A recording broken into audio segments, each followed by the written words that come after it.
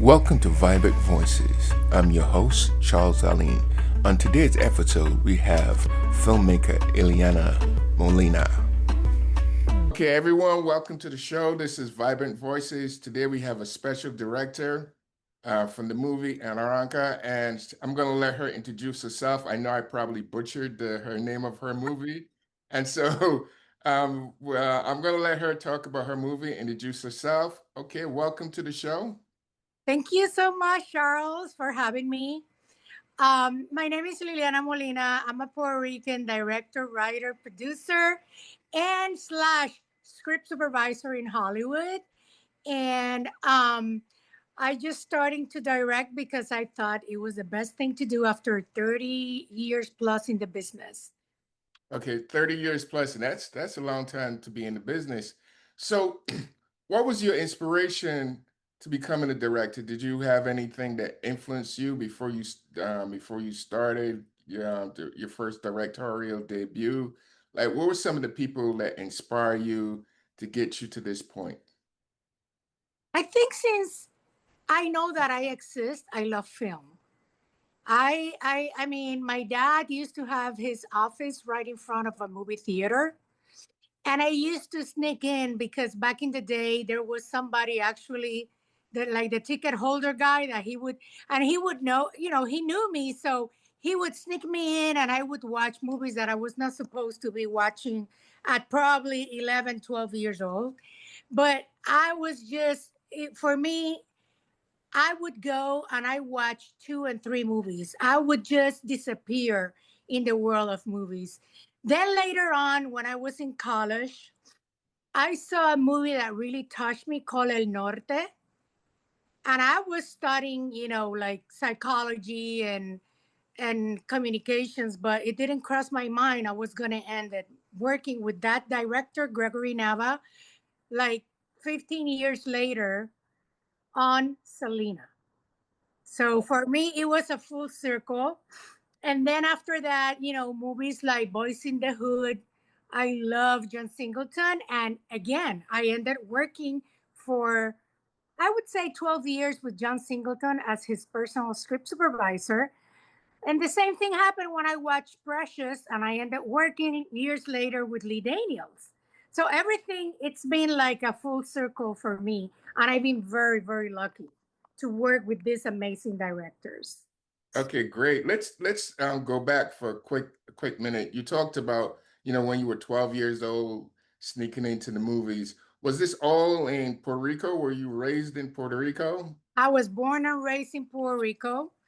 And that's where, in the beginning, I wanted to be an actress. Then I wanted to be like Barbara Walters, a reporter. But everything was connected to the film Uh-huh. until finally I was living in Orlando and I met someone that he was going to film school for sound design. And he said, come to this school with me. It's like labs, it's similar to be working on a set. So our classes are not really classes, but they take 5 6 hours 8-hour classes. I'm like, whoa. So I went in and I'm like, wait a minute, this is it. So I already graduated from Indiana University. I studied psychology and double major in communications. And I tried to be a reporter for the entertainment, but I didn't have the opportunity. So when I found this, I'm like, okay, this is it. This is it. I got to be on film. And I want to be a director. And when I did my internship, I was lucky that I did it here in California and with on a short film, and that's when I saw the position of a script supervisor. And I'm like, you know what, this is what I need to do so I can be closer to directors and I can learn to direct, because you Okay. learn every detail being a script supervisor on set. Okay, that's cool. So now you have a little bit of knowledge. How do you get from that point to being on Selena? Like My walk us through gosh, that. Walk us through that. once again, full Uh-huh. circle in my life. So when I got my intern, I started first. I went to the Puerto Rico Film Commission and asked them, "Hey, do you know people like in Mexico, Spain?" And people know people. They know people, so they connect me with this lady that she was a writer and she was going to do her short film. And her name is Nancy de los Santos.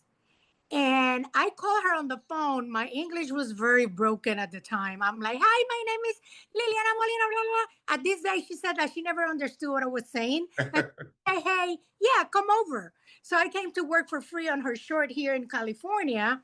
And I never looked back. I was like, we became good friends and I helped her, for free to work on her film. So 5 years later, she happened to be one of the executive producers on SELENA. Oh, nice. She knew Gregory Nava.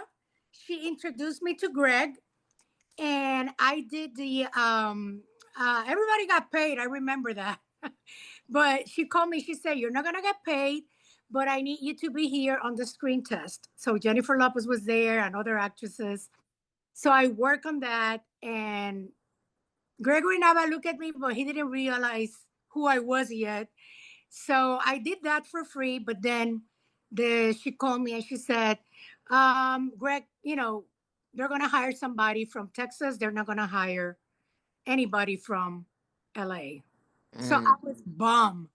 So I waited for a few months, and then again, they called me to do the script timing on SELENA. They needed to see how long the movie was going to be with the songs. So again, the person that they called, the other script supervisor, she happened to see my name on the notes of the screen test, and she actually was busy, and she said, "I can't do it, but this girl here that you have on the notes, she can do it." I never done a script timing in my life before, but I did. I said, "Yeah," so I did. And then after that, they told me, okay, again, they want to go with a local. And I was like, I was new in the business. I was only 5 years into the business. So again, I waited. And a couple of months later, they call me and they say, "Liliana, can you be here at Warner Brothers like within the hour?" I say, "Yeah." It's like, "Greg is going to interview you for the position. He really wants a Latina." So I went in, I interviewed with him. He asked me so many questions. He had me like for an hour waiting. And I said at the end of the interview, can I say something? And he's like, "Yeah." I say, "Listen, if I wouldn't be sure that I would be ready to work in your movie, I would not be here sitting in front of you because I really don't want to fuck your editing." I Nice. said, "Can you excuse me?" Nice. Yes. So excuse my French. So I left. And at the time I had a flip phone. And as I'm driving, the phone rang and it was my friend. "Hey, welcome to the movie. He loved that you were very honest." Beautiful, But beautiful. I got the job. That It was the beginning of an amazing uh, friendship and working with Gregory Nava. After that, I worked with him in his projects. okay, that's great. That is a really inspiring story. It's like being in the right place at the right time, speaking your Yeah. mind, right? Speaking your mind, let people know who you are and what you're about, and let them say, okay, this is the person. I love her personality. This is the person I want. She's not hiding anything. She's not pretending to be anything. And I think that's really great. I think that's really great. And so now you did Selena. So now you're on the set of Selena. You're working. Were you on the set when they were shooting? You were Yeah. on the set, I, correct? I was And the so, script supervisor. I was the right hand of the director, DP. I supervise everybody, and as a script supervisor, I'm like an editor on set. okay, I sure. make notes, and I make notes. I I supervise that everything is in order because we shoot out of order. That's true. Yeah. So I spent almost 4 months in Texas. Okay, okay. So now you're on the set. You're on the set with Jennifer Lopez. You're like, wow, can't believe I'm on this big set doing Selena. What was that experience like shooting the movie? I was scared. The movie was bigger, but I didn't have the enough experience. But you know what? every time I felt like scared, I would go to the bathroom and cry, and then come back like, I'm ready. Nothing happened. I went through a lot. That movie was, up to this day, that was one of the hardest movies that I ever done. We have so many cameras that I have to cover because I have to make notes of every camera that we use. At some point, we have 12 cameras for the concert sequence. And also you have the family there. It was very emotional shoot.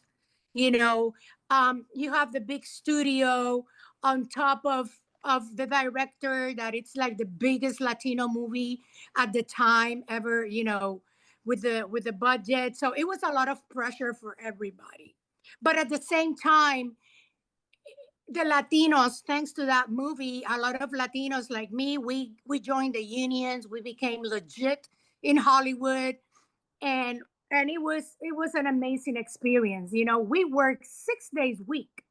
Mm. Okay, like, I don't think they do that anymore unless you are overseas, but we work 6 days a week, and we were working 14, 15-hour days, only one day off. I mean, we were so tired, but I was so young, full of energy. I didn't care. Okay, cool, cool. Not care. So what once the movie was done complete, were you guys expected to be received the way how it was received? I mean, Oh, yeah. I mean, Gregory knew that Jennifer was going to be a star. We mm, knew. We knew. I mean, Jennifer was amazing right from the get go. She was on point with the. She was breathing. She was Selena. She was in Selena's body. It was amazing, and we knew we were doing something special. You could feel it. I got chills all the time. It was you can feel when you're working in a good project that is very special, and people out there is gonna love it. okay, cool, cool. So did you think once that the movie was finished and everybody's giving it good accolades and it's receiving good word of mouth and people are talking about it, did you feel like this would change your life? This will propel you to the big times? Definitely, definitely. And I got calls, but at the time, I didn't have the money to join the union. So I remember I missed a big movie. And then Hollywood have a lot of ups and downs. And that's the thing about Hollywood. You make it on one project and you are like, oh, I make it. No, no, it's about you got to maintain yourself. And after Selena, yeah, I started working more like on commercials. I did a couple of TV show. I did a TV show, actually, American Family with Greg, and we travel all over Mexico. It was like everything was great, but then suddenly a strike hit Mm. Hollywood. Um, it was in the early or mid 2000s, and everything just went down. And then I have to, because I always love movies, but I was not a fan of TV at the time, because it was with the TV after the HDMI, the everything came out, all this, that you could shoot high definition for longer instead of using short ends to finish a movie. Everything changed, and TV became uh very high, like, it was not as before. It was more respected, and the stories became better. And so I have to switch to TV, which I love TV now. I mean, I love TV. And I have to learn another pacing, because TV is a faster pacing as a movie. Everything is different. And so I got into TV. And that's when I started working, since now that we hit another strike, COVID, and things change again. Now it's AI, it changed. It's just you have to survive. So the Americans, was a TV show called The Americans? You said No, it was called American Family. The With American Ed Family. Olmos, Edward James Olmos, Sonia Braga, Esai Morales, Kate del Castillo. It was on PBS. It was a great show. Mhm. It was since we were like, I think, if not the first show using high definition cameras and HDMI and all this new equipment that we could shoot, you use SD cards instead of, yeah. So we could shoot, we could shoot like 13 minutes in one take. We started that, and later on you would see that trend on I think it was a movie with Michael Keaton, something about Birdman. Birdman. Okay. Yeah, we did that. I did that back in 2000. Okay. Those long 14-minute shots, we did it. We did battles, only one or two cuts. We shot. I mean, we rehearsed all morning and then we shoot in the afternoon after lunch. And we would shoot 14, 15 minutes and that's it. We call it a day. In Mexico, in the middle of nowhere. Wow. And so you were still a script supervisor on TV, right? Yes. I've been a script supervisor forever. And actually I tried to direct, but it was a time that they did not give opportunity to the diversity. I mean, I would knock doors and they would say, oh, I was not even 40. And they would say, you're too old to direct. I'm like, what? Yes. But I mean, I've been in Hollywood since 1992. So it was hard. You got to remember, they say that, but Rob Reiner, I think is his name. I hope he made his directorial debut at 45. So I mean, I guess that's a way of not wanting to let you into the door. I mean, yeah. And I was told this by a women director that he was way older than me. So I'm telling you, like today, most of the directors that are working are in their 60s. I'm sorry, they're late. Yeah, and they're all like, it's like it's very like the white old directors. They were, most of them from New York, all of them. There were no Latinos, no Black directors at the time that I mean, thank God for John Singleton and Spike Lee, and I mean, they really inspire me a lot. And I mean, because that's when I was in college. I mean, that's when I watched all those movies. Okay. And that's like, hey, I can do this too. I mean, yeah, you want that inspiration. You want those people to look at to inspire you and say, okay, if they can do it, I can do it also. Because I share some of the barriers and I can overcome. So you need those people to look at to inspire younger people also to say like, oh yes, I can do this. Yes. And so that's great. And so when do you decided to make your first feature? You have some experience on your belt? Well, I mean, I tried to do some independent stuff, like, grab a friend, let's go and shoot something. Mm-hmm. But I was doing I've been working the last 4 seasons on the show Black Mafia Family for Stars. And since I started, I mean, everybody, the DP, the show, everybody was telling me you should be directing, because they saw, I mean, that I knew a lot, and I would cover people's back. Like sometimes, we're working so fast, I would go tell, I don't know, a director or something, you need this shot, otherwise it's not going to cut on editing. So they realized how experienced I am, and they're like, you should be directing. So they gave me the opportunity to do the shadow. So and when I was ready to get my first episode, I mean, the strike happened. Oh no. And the thing is that I decided to do my short, and I wrote it, and I based, my good friend and boss, Heather Sulkey, she's amazing, she's a showrunner of BMF. And she's like, you need to do your short. And she gave me the idea, why don't you do it about your mom going through dementia? She helped me with an outline. And then after that, I developed the short. And I shot it, in 2 days. I paid for it. And, I sent it to Lionsgate.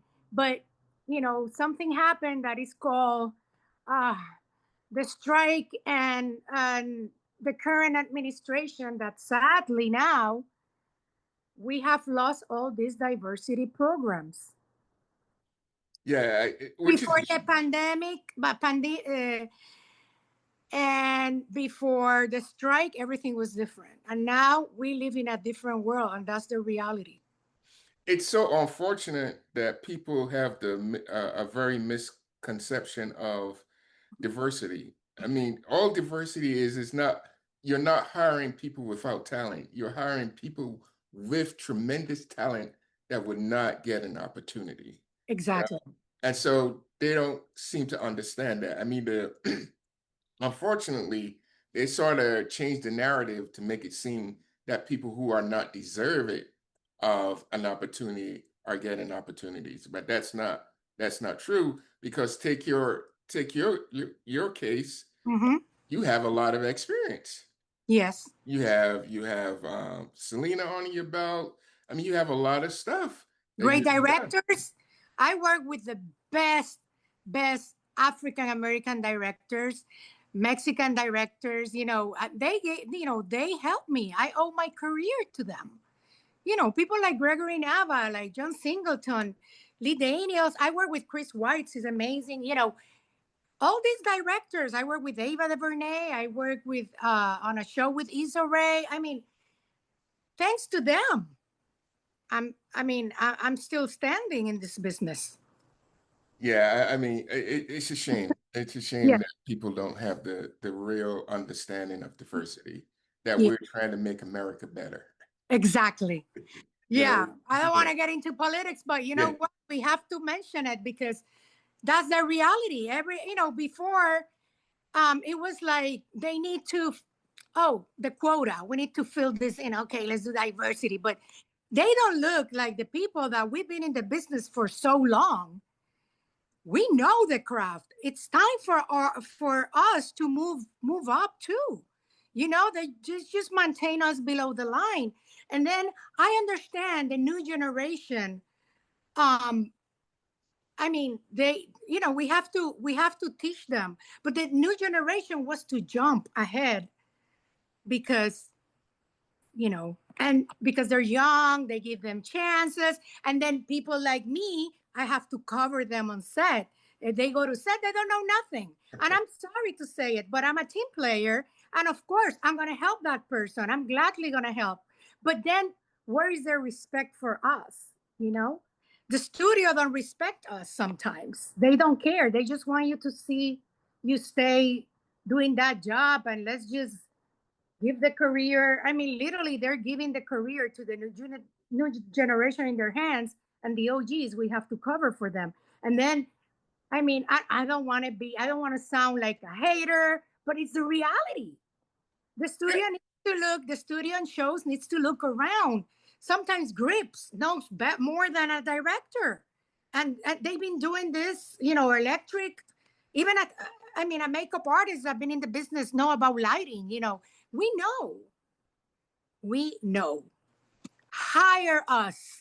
I'm gonna save unfortunately, you money. unfortunately, sometimes it's about who you know, in this business, and if you're somebody's godchild, Oh, I'm not gonna. you have a mentor, forget about it. If you have a mentor, you can go into a set knowing nothing, and you just go like this and look at the actors and tell them, do what you know how to do. Yeah, yeah, yeah. And go to the DP and go, what do you think? And the DP will tell him what to do. And then you just sit, cut, action.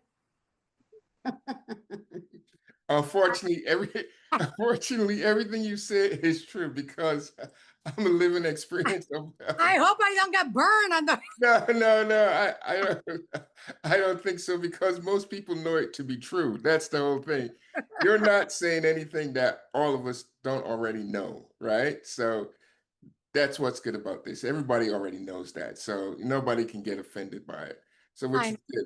So let's get back to your movie. I keep messing up the name, but I'm going to try one more time. Okay. Ah, Arranca. Ranka. Arranca. You need to roll the R. Remember, I have problems with those double Bunny has a R's. Super Bowl, remember? Oh, okay. We can't speak Spanish either. Hold on. And so you decided to do it on your mom, about your mom. Yes. And dementia. And you say you shot it in 2 days. Yep. Did you shoot it in Puerto Rico? Where did you Oh my gosh. I took a loan. I called the bank. I said, hey, thank God I had a good I have a good credit. I took a loan of $10,000 and then I put the rest out of pocket. And I called my friends that I know in the business from Puerto Rico for over 25 years. And I am so blessed. I cashed all my favors. And I was blessed with the people from post-production on BMF. People like Michelle Fowler and Edmund. I mean, they didn't charge me nothing for post. I have friends calling me, editors, hey, I'll do it for you. Colorists, hey, Liliana, I'll do it for you. Don't worry about money. So I pay my crew, peanuts. But it was fun because we reunite each other after so many years. I shot it at my parents' house in Puerto Rico. So I did everything. And my good friend, producer, Carlos Aníbal Vasquez, he's a big time producer, UPM and line producer. And he lives between New York and Puerto Rico. He works in New Zealand for Netflix. But hey, it was during the strike. Everybody was available. So, and of course, they did it because they know Carlos, they know me. And I have the best DP in the island, PJ Lopez. I have the best makeup artists, the best, designers, everything, people that they've been in the business for so long. And thanks to them, and I have the best actress. I have the equivalent of the Meryl Streeps of Puerto Rico, So, and thanks to Carlos, it was like everything just became perfect timing. So with my experience, I knew what I wanted.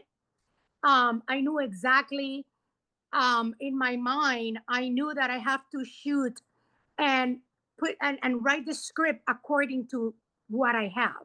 I have my neighbor's house. I have the beach is really close.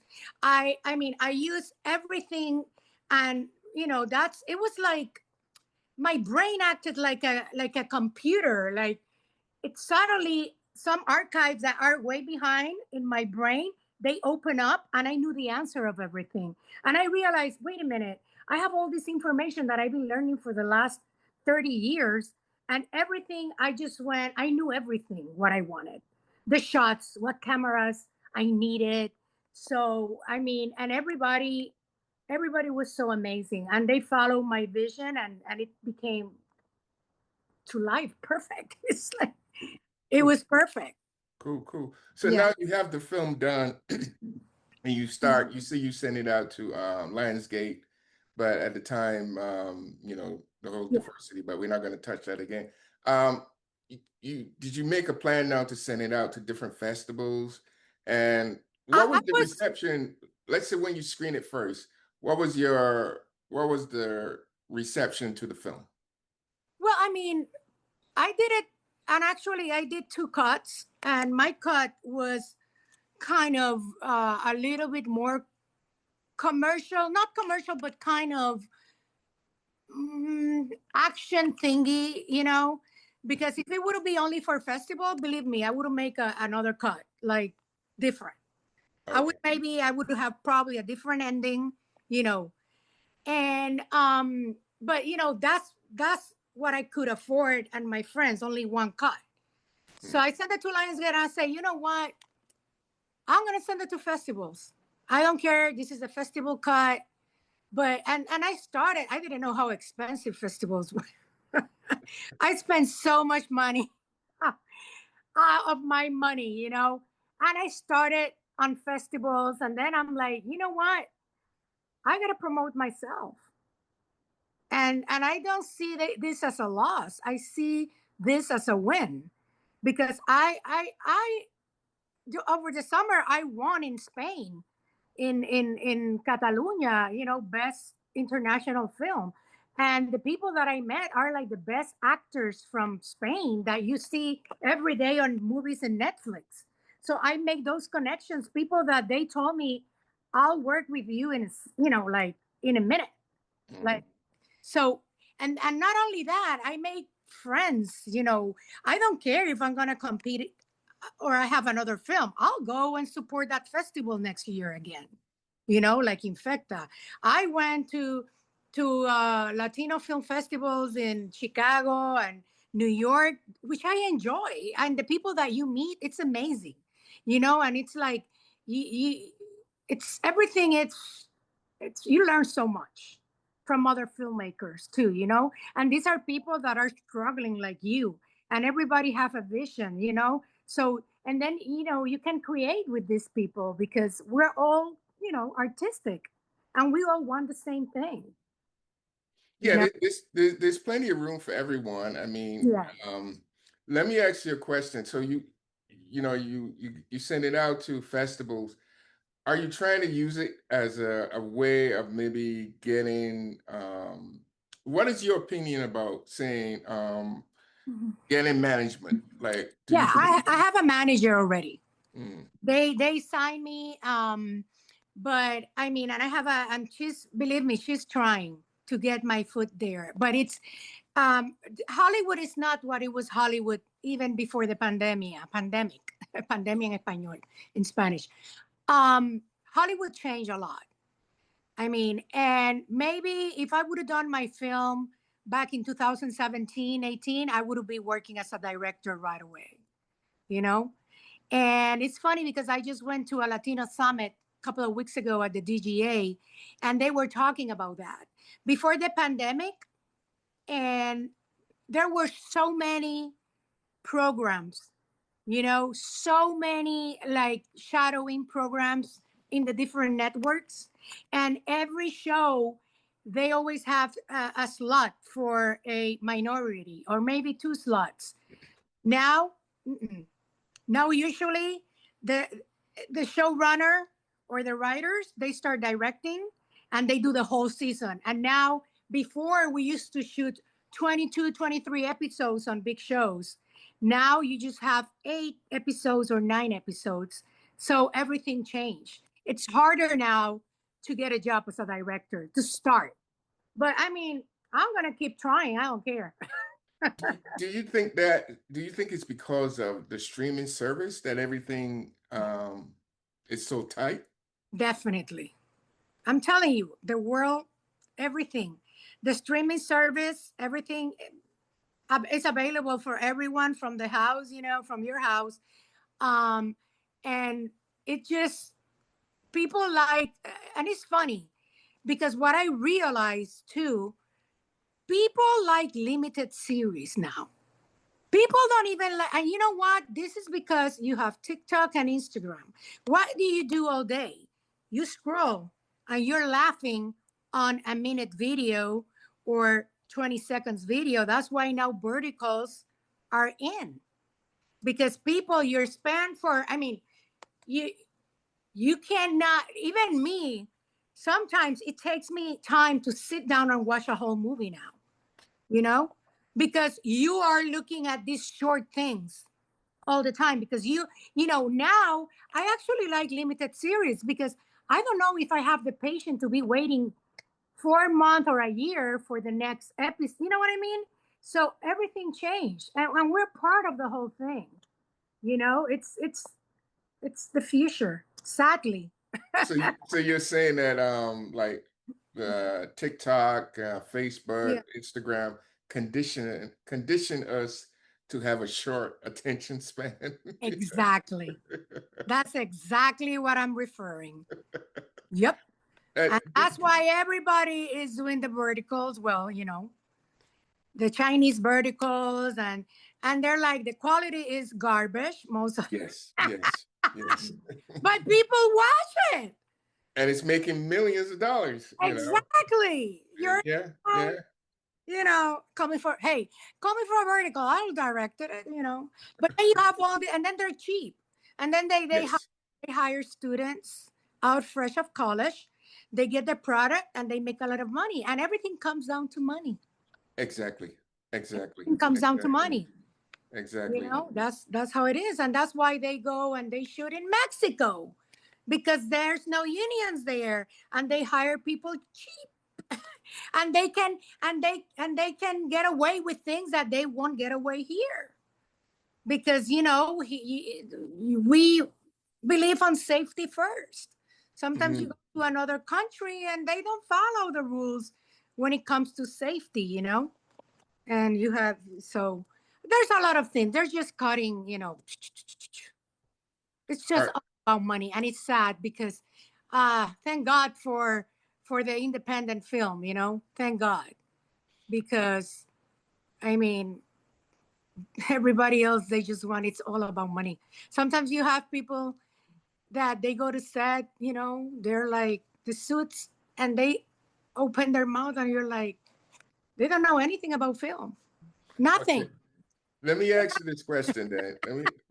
Let me get your take on this. What How do you see Netflix what part did Netflix play in changing the landscape of filmmaking? Once again, Netflix changed again everything. Eh, they needed content and faster.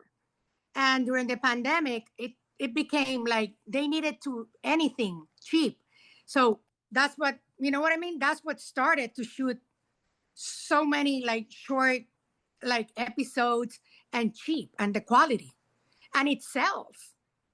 So that's why the big studios needing all these millions and money to make movies, they just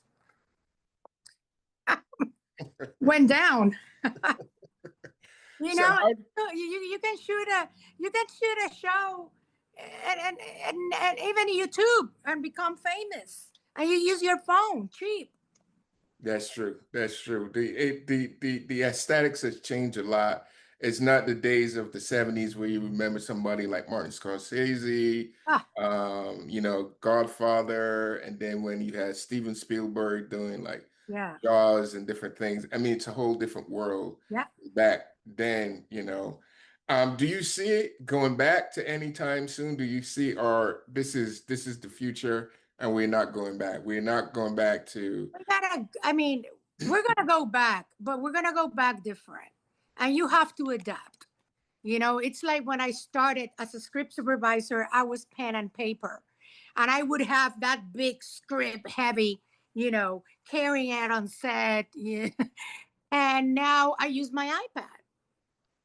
So you got to go with the flow. I mean, you just have to maintain your integrity, and and and when you make your own projects, do things that you love. So basically, people work on all these things to make the money so they can do their passion projects. And a lot of directors are doing that.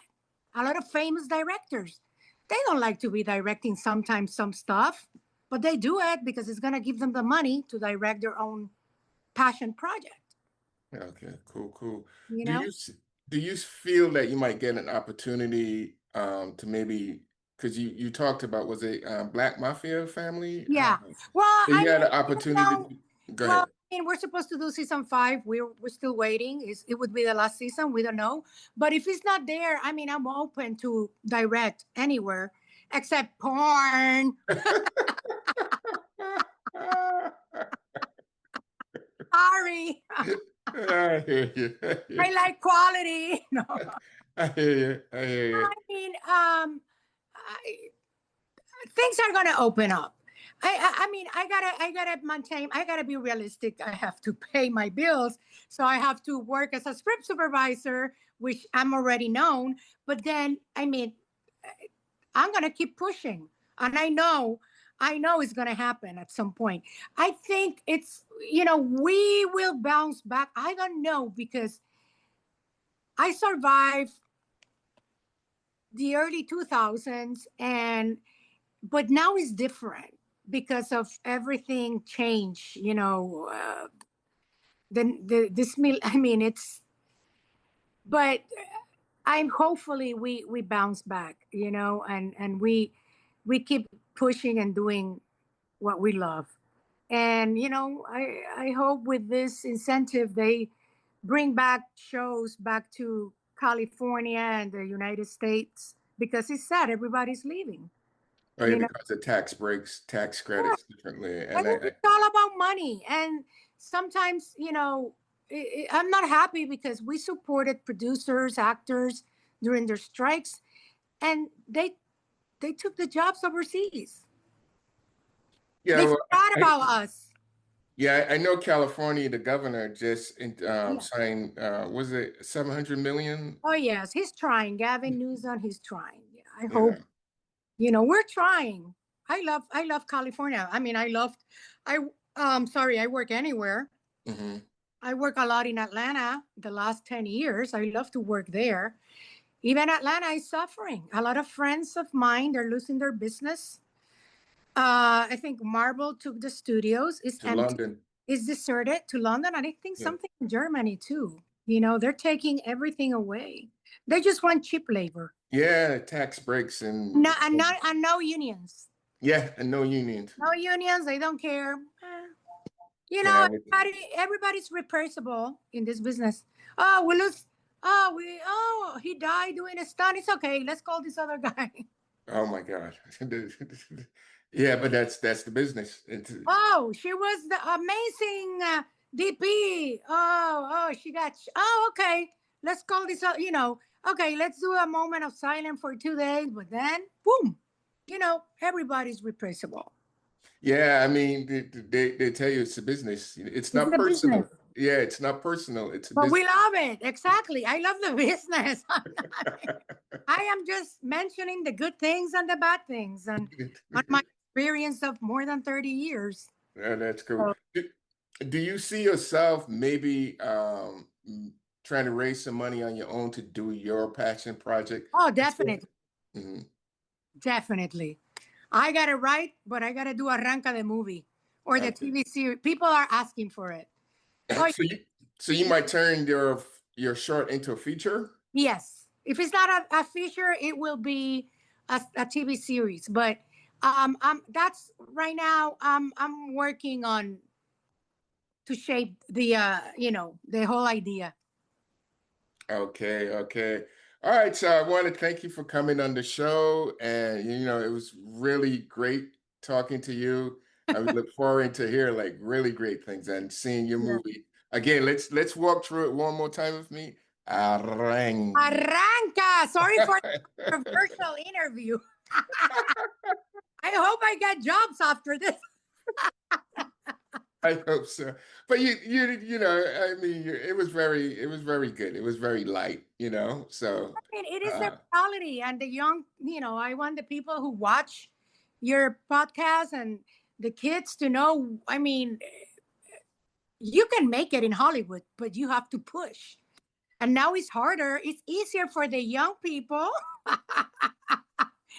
But but the thing is, you need to know how to maintain yourself in this business, because it can elevate you or it can crush you. Okay. So if someone wanted to get in touch with you, do you have like a social media? Yes. Yes, you can follow my Arranca short film on Instagram, or my Instagram, Liliana M Molina 14. And I'm an open book. If you want to find me, you will. Okay. All right. Thank you, Liliana, for coming on the show. And again, I really appreciate it. This was really fun. I truly enjoyed this. Thank you for inviting me to your space. I enjoy it. Okay. All right, Dan. Have a good day, and we'll be talking soon. Thank you, Charles. Okay. Bye-bye.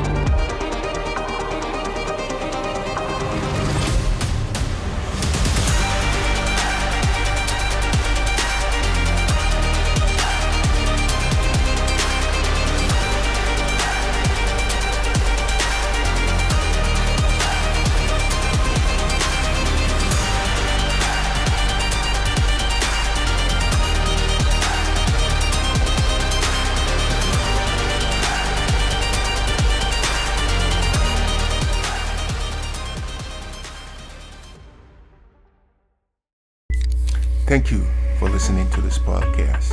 Please like, subscribe, and follow.